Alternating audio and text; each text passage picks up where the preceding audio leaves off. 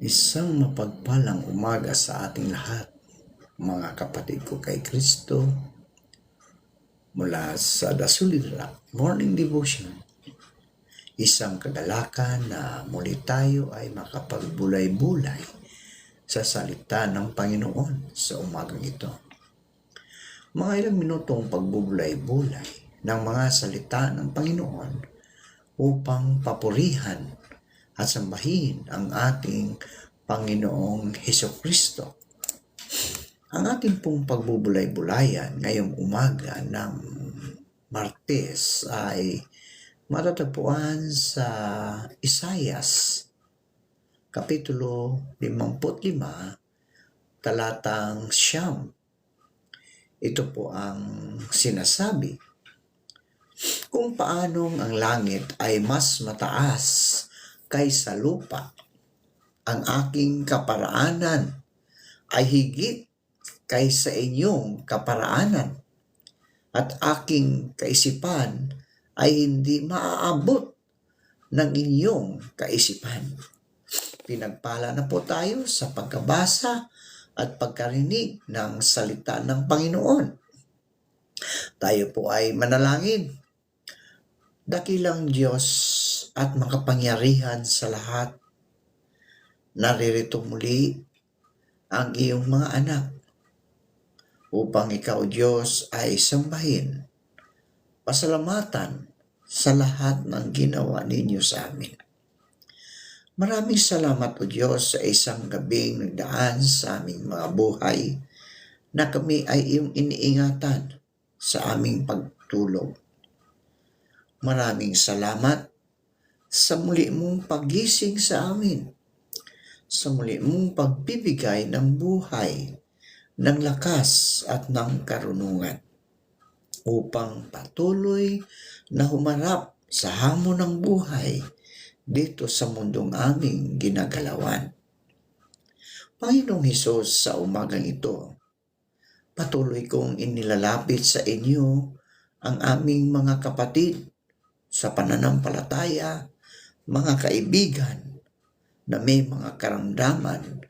Dalangin ko, O Diyos, na abutin mo sila at pagalingin upang manumbalik ang kanilang mga lakas na nawala dahil sa mga karamdaman ito. Ilayo mo sila sa anumang mga kapahamakan, O Diyos. Bagkus tulungan mo sila na makabangon sa banig ng karamdaman. Aking ding idinadalangin ang mga kaibigan namin na nagsisihanda para pumasok sa kanilang mga trabaho. Sa kanilang pagbabiyahe, O Diyos, kung sila man ay nagdadrive ng kanilang mga sasakyan, ingatan mo po sila sa daan. Ilayo mo sila sa anumang kapahamakan. Proteksyonan mo sila, Panginoon, kung anuman ang hadlang sa daan. Ikaw, Diyos, ang magmuna sa kanila upang ligtas sila sa anumang panganib sa kadaan, Panginoon. Amin din inilalapit sa inyo, O Diyos, ang aming mga kasundaluhan, kapulisan na patuloy na nagbabantay sa aming bansa upang magkaroon ng katiwasayan ang aming bansa, O Diyos. Ang mga gustong manira, Panginoon, ay kanilang mahadlangan. Kaya dalangin ko, O Diyos, ingatan mo po ang mga kasundaluhan namin ito na siyang patuloy na naglilingkod 24/7 a day upang mabantayan ang aming bansang Pilipinas. Itinataas ko din, O Diyos, ang aming mga leaders ng aming bansa. Patuloy mo po silang ingatan. Pagpalain mo sila, O Diyos. Bigyan mo sila ng karunungang makadiyos upang kanilang mapaglingkuran ang mga Pilipino, ang iyong mga anak na matiwasay at may puso, Panginoon, hindi po ang sarili lamang.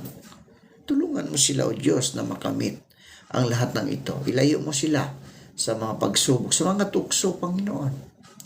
At patuloy mo silang gabayan para sila, O Diyos, ay makapaglingkod sa kapwa na may puso, pag-ibig, Panginoon. Katulad mo na ikaw ay umibig sa amin, Panginoon. Binakain mo po ang 5,000 po, Panginoon, sa 2 tinapay at 3 isda. Kaya Lord, dalangin ko, O Diyos, gayon din po nawa ang gagawin ng aming mga leaders upang sila, O Diyos, ay patuloy na makapagsilbi sa bansang kanilang pinaglilingkuran. Alam po, Diyos, na ang lahat ng mga leaders ay kinasihan mo ng banal mong Espiritu. Dalangin ko, Diyos, na ang banal mong Espiritu din ang siyang magbibigay sa kanila ng karunungan. Karunungan na may pag-ibig sa kapwa. Itinataas ko rin, O Diyos, ang aming mga kaibigan na nagtatrabaho sa mga lansangan. Katulad ng mga traffic enforcer, mga drivers, at naglilinis ng kalsada, mga security guard. Panginoon, ikaw, O Diyos, ang siyang patuloy na maghari sa kanila. Ingatan mo sila, Panginoon. Pagpalain mo sila upang sila, O Diyos, ay ligtas sa anumang kapahamakan. Naway, hindi lang kanilang physical na buhay, Panginoon, kundi maging ang kanilang kaluluwa. Naway, ligtas din sila, Panginoon, sa kapahamakan doon sa dagat-dagatang apoy, ang impyerno, Panginoon. Naway, makilala kanila kung hindi ka pa naman nila nakilala, O Diyos. Naway, makilala kanila bilang kanyang personal at tagapagligtas. Amin din itinataas sa inyo, O Diyos, ang aming mga kaibigang mga OFW na patuloy mo silang ingatan sa ibang bansa, O Diyos. Lalong-lalo na, Panginoon, ang mga kasambahay. Lord, bigyan mo po ng pag-ibig ang mga employer nila, Panginoon, na maunawain, matulungin sa kanilang kapwa.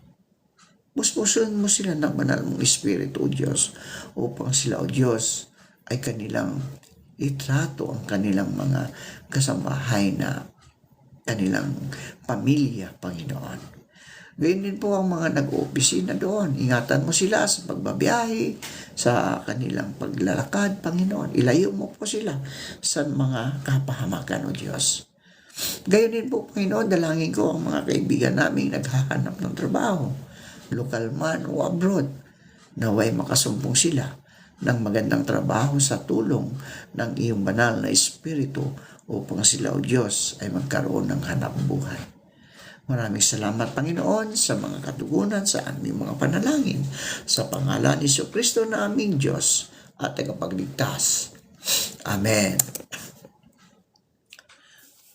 Dapat tumugon ang mananampalataya sa mga katangian ng Diyos. Iyon po ang pamagat ng ating pagbubulay-bulayan ngayong umaga.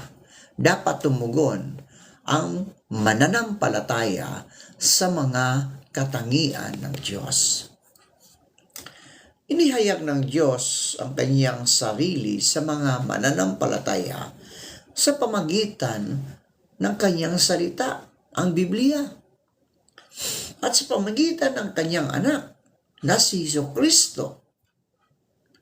Kung patuloy nating pag-aaralan ang Biblia, mga kaibigan, lalo nating mauunawaan ang mga katangian ng Diyos at ang mabubuting bagay na kanyang taglay.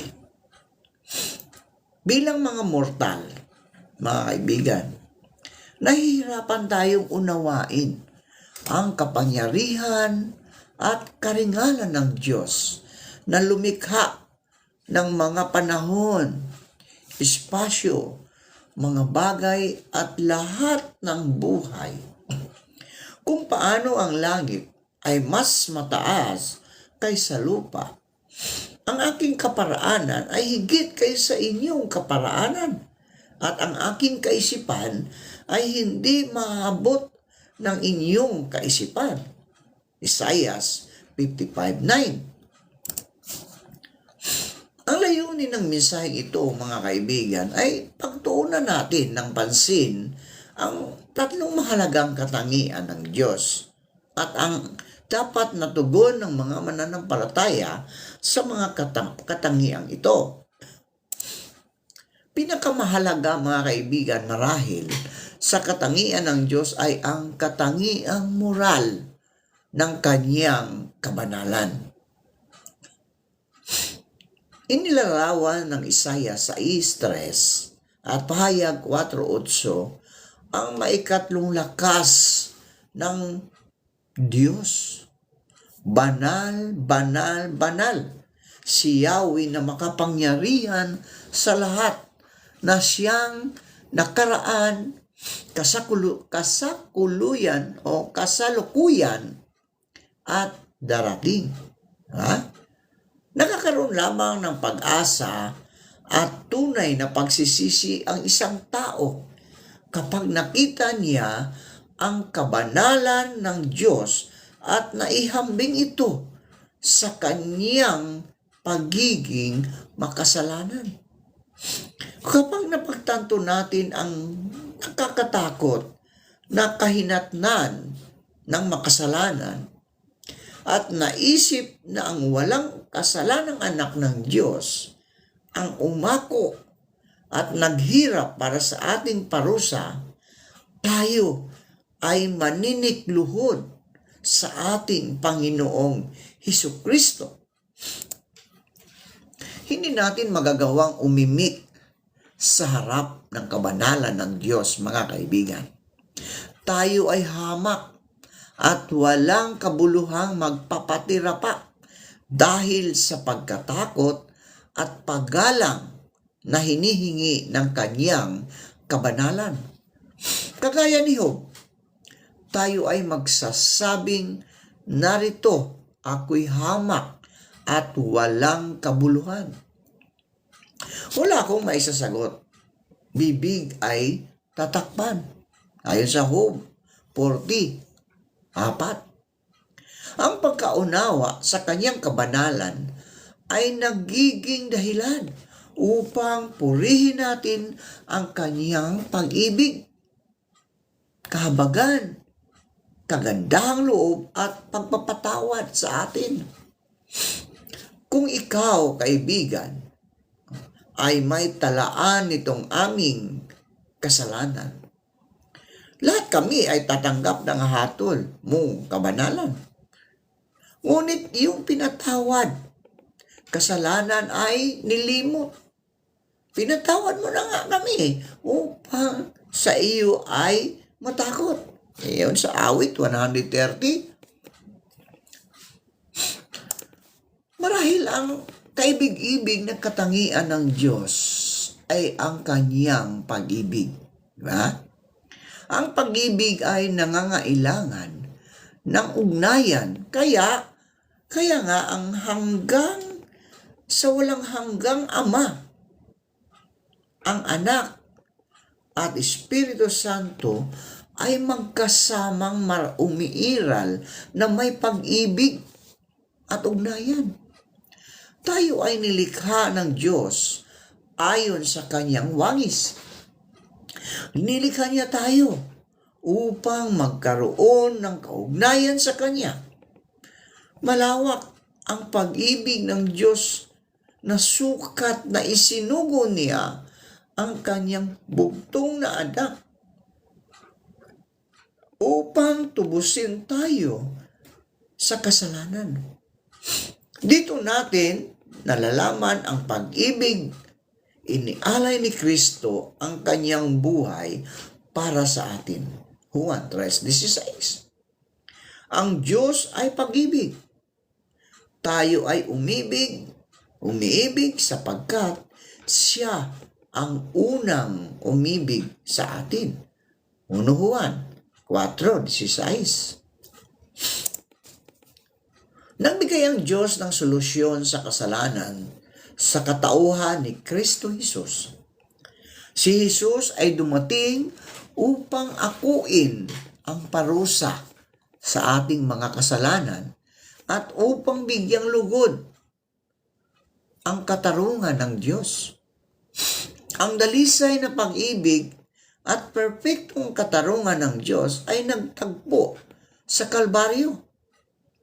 Kung naunawaan na natin, mga kaibigan, ang dakilang pag-ibig ng Diyos, ang ating tugon ay pagpapakumbaba, pagsisisi, at pagbabalik ng pag-ibig. Kagaya ni Haring David, dumadalangin tayo sa Diyos na likhain niya sa atin ang isang pusong dalisay at bagong damdamin. Ang Diyos ay tumatahan sa mataas na banal, ngunit sinasamahan niya ang mananampalatayang may mababang loob at nagsisisi. Panghuli, ating titingnan ang pagiging makapangyarihan sa lahat ng Diyos sa lahat. Ang Diyos ay mula sa walang pasimula hanggang sa walang hanggang. Mga awit 92. Siya ang pinagmula ng lahat ng buhay. Siya ay hindi umaasa o nakadepende sa kanyang nilikha. Sina Abraham, Samuel, Isaias, Daniel, at David ay kumikilala na ang Diyos ay Panginoong makapangyarihan sa lahat. Ating basahin ang pagpupuri ni David sa Diyos sa 1 Kronika 29:10 hanggang 13. Purihin kayo magpakailanman, Yahweh, ang makapangyarihang Diyos ni Israel na aming Ama. Sa inyo ang kadakilaan at kapangyarihan, karangalan at ang pagtatagumpay sapagkat inyo ang lahat ng nasa langit at nasa lupa. Sa inyo ang kaharian at kayo ang dakila sa lahat. Sa inyo nagmula ang kayamanan at ang karangalan at kayo ang naghahari sa lahat. Taglay ninyo ang kapangyarihan at kadakilaan at kayo nang nagbibigay ng kapangyarihan sa lahat. Pinasasalamatan natin kayo, O Diyos, at pinupuri ang inyong maluwalhating pangalan. Kaya't bilang mananampalataya, tayo ay nagbibigay parangal sa Diyos na makapangyarihan sa lahat na tumubo sa atin at nagpapasakop tayo sa Kanya. Mga kaibigan, mga kapatid, ito ang hamon sa atin. Kung hindi mo pa tinanggap si Jesucristo, ay namatay dahil sa ating mga kasalanan. Kanyang pag-ibig niya sa atin. Kaibigan, hindi pa huli ang lahat. Tanggapin mo si Jesucristo bilang iyong personal na Diyos at tagapagligtas. At magsisisi ka sa lahat mong mga nagawang pagkakamali at patatawarin tayo ng Diyos kung tayo ay magpapakumbaba sa Kanyang harapan at hingin mo sa Kanya ang kapatawaran at ikaw ay patatawarin. Kaibigan, ikaw ngayon ay may buhay na walang hanggan doon sa langit. Iyan ang pangako ng Diyos sa Kanyang mga anak. Pagpalain tayong lahat, mga kaibigan, sa pangalan ng Ama at ng Anak at ng Banal na Espiritu Santo. Amen. Sapagkat gayon na lamang, ang pag-ibig ng Diyos sa sangkatauhan. Kaya't ibinigay niya ang Kanyang kaisa-isang anak upang ang sinumang sumasampalataya sa Kanya ay hindi mapahamak, kundi magkaroon ng buhay na walang hanggan. Yun, John 3:16 or Juan 3:16. Di ba? So mga kaibigan, dahil mahal tayo ng Diyos, dahil iniibig tayo ng Diyos, ano po ang ating gagawin? Tanggapin natin siya, di ba? Tanggapin natin siya bilang ating Diyos at kapagligtas. Magsisi tayo. Talikuran natin ang ating mga kasalanan. Lumakad tayo ng ayon sa kalooban ng Panginoong Jesucristo upang tayo ay magkaroon ng buhay na walang hanggan. Pangako ng Panginoon sa atin, ang kanyang mga anak, hindi ko kayo iwanan ni pabayaan man. Manalangin tayo. Salamat, Panginoon, sa mga salitang aming napagbubulay-bulayan ngayong umaga. Salamat sa pag-ibig mo sa amin na nagresulta na isinugo mo ang isa mong anak upang kami tubusin doon sa krus ng Kalbaryo. Para lamang kami, Panginoon, ay malinis at magiging bago. At ikaw, O Diyos, ang siyang patuloy na maghari sa aming mga buhay. Kung tatanggapin ka namin, Panginoon, bilang aming personal at tagapagligtas. Kaya maraming salamat, Panginoon, sa iyong bugtong na anak na siyang naghirap, na dapat kami ang maghirap doon sa krus ng Kalbaryo. Pero dahil sa pag-ibig mo, Panginoon, isinakripisyo mo ang kaysa-isa mong anak. Naway kami rin, O Diyos, ay makasumpong ng ganong pag-ibig sa iyo. Bilang mga anak mo, Panginoon, kami din dapat ay marunong umibig sa aming kapwa. Tulungan mo kami, Panginoon, sa aming pang-araw-araw na buhay. Ilayo mo kami sa mga pagsubok, sa mga tukso, upang kami, Panginoon, ay makalakad ng ayon sa kalooban mo, Panginoon. Panginoon Hesus, sa umaga ito, pagpalain mo po ang lahat ng nakikinig ng iyong mga salita at isinasabuhay. Ikaw, Diyos, ang siyang maghari sa bawat puso ng mga anak mo, Panginoon. Ingatan mo sila, anuman ang kanilang gagawin sa araw na ito. Ikaw, Diyos, ang siyang patuloy na maghari sa kanilang mga buhay. Maraming salamat po sa pangalan ni Jesucristo na aming Diyos at tagapagligtas. Amen. Amen.